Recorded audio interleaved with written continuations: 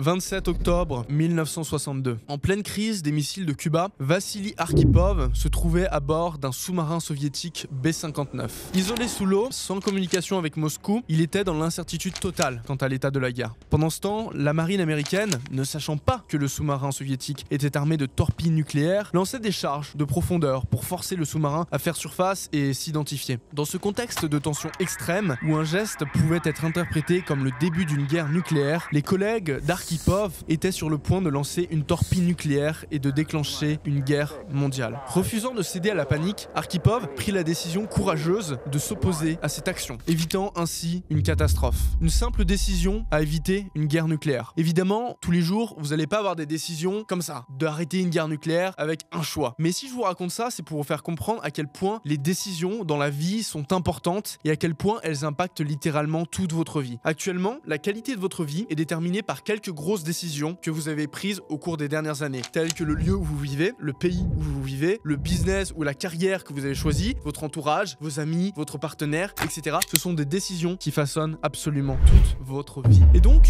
pour moi, prendre des meilleures décisions, c'est un des plus gros secrets pour réussir sa vie. Si vous prenez des décisions ne serait-ce que 2 fois meilleures dans votre vie, les résultats ne sont pas 2 fois meilleurs à long terme sur votre vie. Ils sont 100 1000 fois meilleur, parce qu'il y a l'effet cumulé. Une décision va amener une autre décision, qui va amener une autre décision, et etc. Et du positif, c'est un cercle vertueux si vous prenez des bonnes décisions. Et donc dans cette vidéo, je vais vous partager 5 secrets pour prendre des meilleures décisions et améliorer drastiquement la qualité de votre vie et de votre business en général.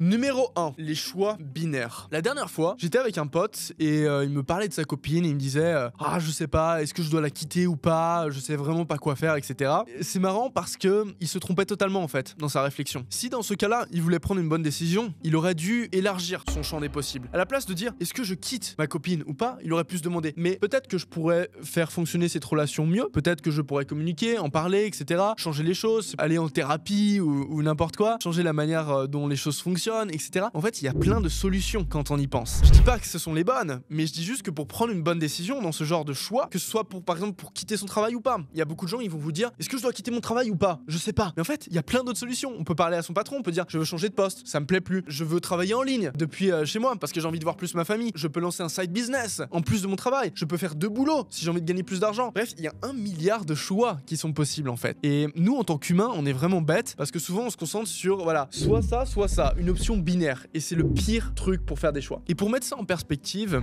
une étude réalisée en 1993 par Paul Nutt, ce mec-là a analysé 168 business et leurs décisions et il a remarqué que seulement 29% d'entre eux considéraient plus d'une alternative et que les décisions binaires, ça ou ça, étaient mauvaises dans 52% du temps. Alors que les décisions avec plusieurs alternatives étaient en général 2 à 5 fois meilleures. Donc c'est ça ou ça ou ça ou ça ou ça ou ça. Bref, il y a peut-être 6 options. Donc pour éviter de tomber dans ce piège et prendre des meilleures décisions, ce que je vous recommande, c'est de vous demander si vous ne pouviez faire aucune des options que vous avez. Donc par exemple, si vous avez 2 options, vous ne pouvez pas faire ça. Donc par exemple, vous ne pouvez pas quitter votre job. Qu'est-ce que vous feriez? Et là, tout de suite, votre cerveau va trouver d'autres solutions. Ah ok, je pourrais travailler différemment, parler à mon patron, etc. Et vous allez trouver d'autres alternatives. Et vous allez augmenter votre nombre d'options et par conséquent, prendre des meilleures décisions. 2. Le multitracking. Le multitracking, c'est le fait de considérer plusieurs options en même temps. Donc là, c'est pas juste plusieurs options, c'est à la place de se dire ça ou ça, je me dis ça et ça. Donc je fais ça et ça. Un truc que j'aime bien faire, par exemple, pour le business, quand je recrute des gens, c'est qu'à la place de me dire j'ai 10 candidats, je recrute qui? Est-ce que je prends ce mec-là, ah je sais pas. À la place de faire ça, moi ce que je fais, c'est que je les recrute tous, entre guillemets. Je leur fais faire tous un test où je leur dis faites cette tâche-là, je mets les 10 là-dessus, et ensuite je regarde la tâche et je vois concrètement qui a le mieux réalisé la tâche. Et je peux choisir 1 ou 2 personnes pour travailler avec moi et ça augmente largement la qualité de ma décision parce que c'est un critère indispensable de voir ce que la personne fait en action et je fais les 10 en même temps donc je ne perds pas de temps. Et un point important pour le multitracking quand vous voulez prendre plusieurs décisions entre guillemets en même temps, c'est d'avoir des décisions qui sont bien distinctes, des choix qui sont bien distincts parce que sinon ça va revenir à la même chose si les décisions ne sont pas assez différentes. Donc il faut que ce soit bien différent. Dans le cas du recrutement, c'est pas un problème parce que chaque personne est différente, mais pour d'autres décisions, c'est clé.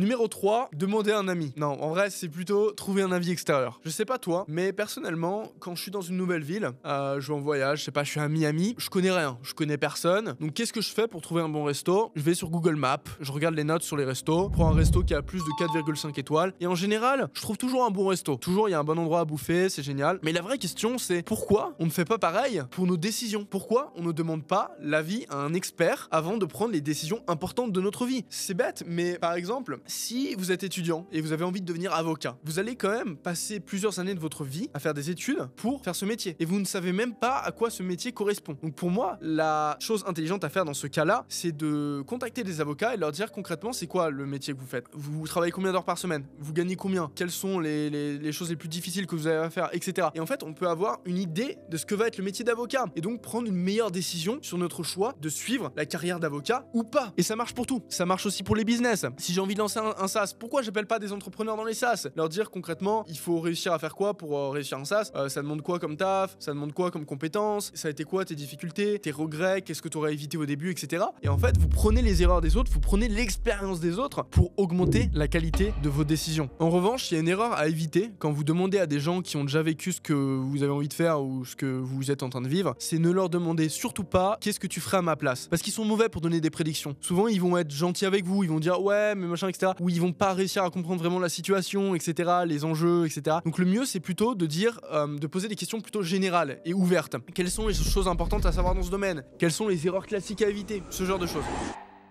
Numéro 4, aimer l'opposition. On connaît tous le biais de confirmation. C'est ce biais qui nous pousse à croire, à écouter, à aimer les gens qui pensent comme nous, qui sont d'accord avec nous, à confirmer nos croyances en permanence. Et c'est de loin le pire ennemi si vous voulez prendre des bonnes décisions. C'est pour ça qu'il faut apprendre à embrasser la contradiction, les gens qui vous contredisent. À chaque fois que tu prends une décision importante, essaye de trouver, pas par plaisir sadomasochiste, mais par simple processus de décision, de trouver quelqu'un qui est complètement opposé à ce que tu as envie de dire. Et écoute ses arguments. Ne l'insulte pas directement, ne lui dis pas mais tu dis n'importe quoi, tu connais pas, etc. Juste écoute, même si tu crois pas un mot, écoute et prends le temps d'écouter, de te dire ok, je vais écouter tous tes arguments, dis-moi exactement pourquoi selon toi c'est une mauvaise idée, c'est une mauvaise décision, dis-moi tout. Tu trouves quelques personnes comme ça et ça va permettre de faire une contrebalance parce que souvent quand on prend une décision, on l'a à cœur, on a un choix qu'on aime bien, ça confirme nos croyances, on aimerait vraiment faire ça. Et du coup le fait d'avoir cette contradiction va faire une sorte de balance, on va équilibrer le côté positif et négatif de la décision. On va prendre un choix qui sera beaucoup plus juste. Il y a des études qui ont été faites et qui ont montré qu'en faisant ça, on va augmenter drastiquement la qualité des décisions. Numéro 5, ouch. Bon, qu'est-ce que c'est que le ouch? Imaginez que vous deviez vous baigner dans un bain très très froid. Ce que la plupart des gens feraient, c'est d'abord de mettre un orteil avant de se baigner pour un petit peu rentrer dans le bain et y aller un peu doucement, etc. Ce sera certainement plus facile que de sauter d'un coup, pour la plupart des gens. C'est un peu la même chose pour les décisions qu'on prend dans notre vie. Par exemple, le fait de recruter quelqu'un. À la place de faire une interview avec quelqu'un qui va pas nous dire grand-chose sur la qualité de la personne à faire le travail pour laquelle on l'engage, ce qu'on va faire, c'est qu'on va plutôt lui faire un test, par exemple. Comme je vous ai dit tout à l'heure, donc réaliser une petite tâche, on va voir sa logique, on va voir son intensité de travail, et en fait, on a quelque chose de concret par rapport à la tâche qu'on veut faire. Si vous voulez devenir avocat, je reprends l'exemple de tout à l'heure, ça peut être intéressant de faire un stage chez un avocat, tester de travailler comme avocat, tester de faire ce job pendant une semaine, et vous allez tout de suite voir si c'est horrible. Moi, je vous donne une anecdote. Quand j'étais petit, je voulais devenir ophtalmo, parce que je pensais que ça gagnait plein de pognon et que c'était génial. J'ai fait un stage en 3e chez une ophtalmo, et c'était horrible. C'était répétitif, fatigant, inintéressant,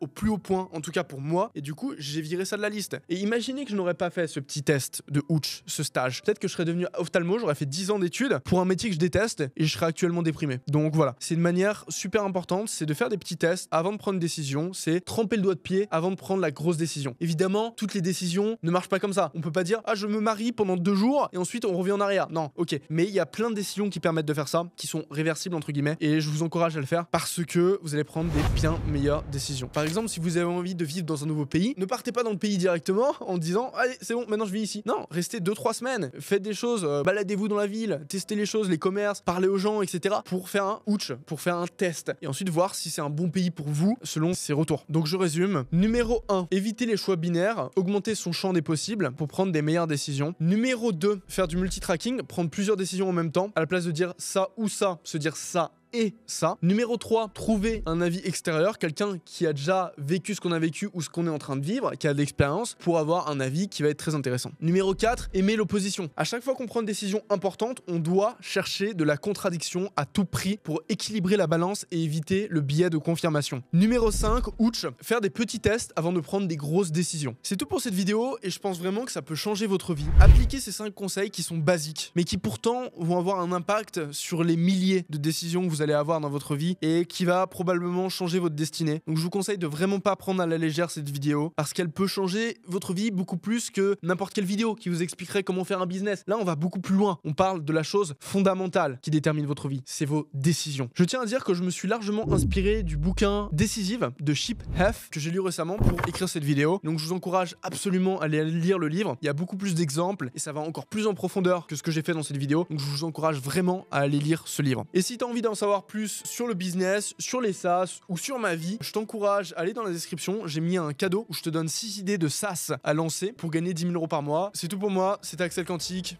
Ciao.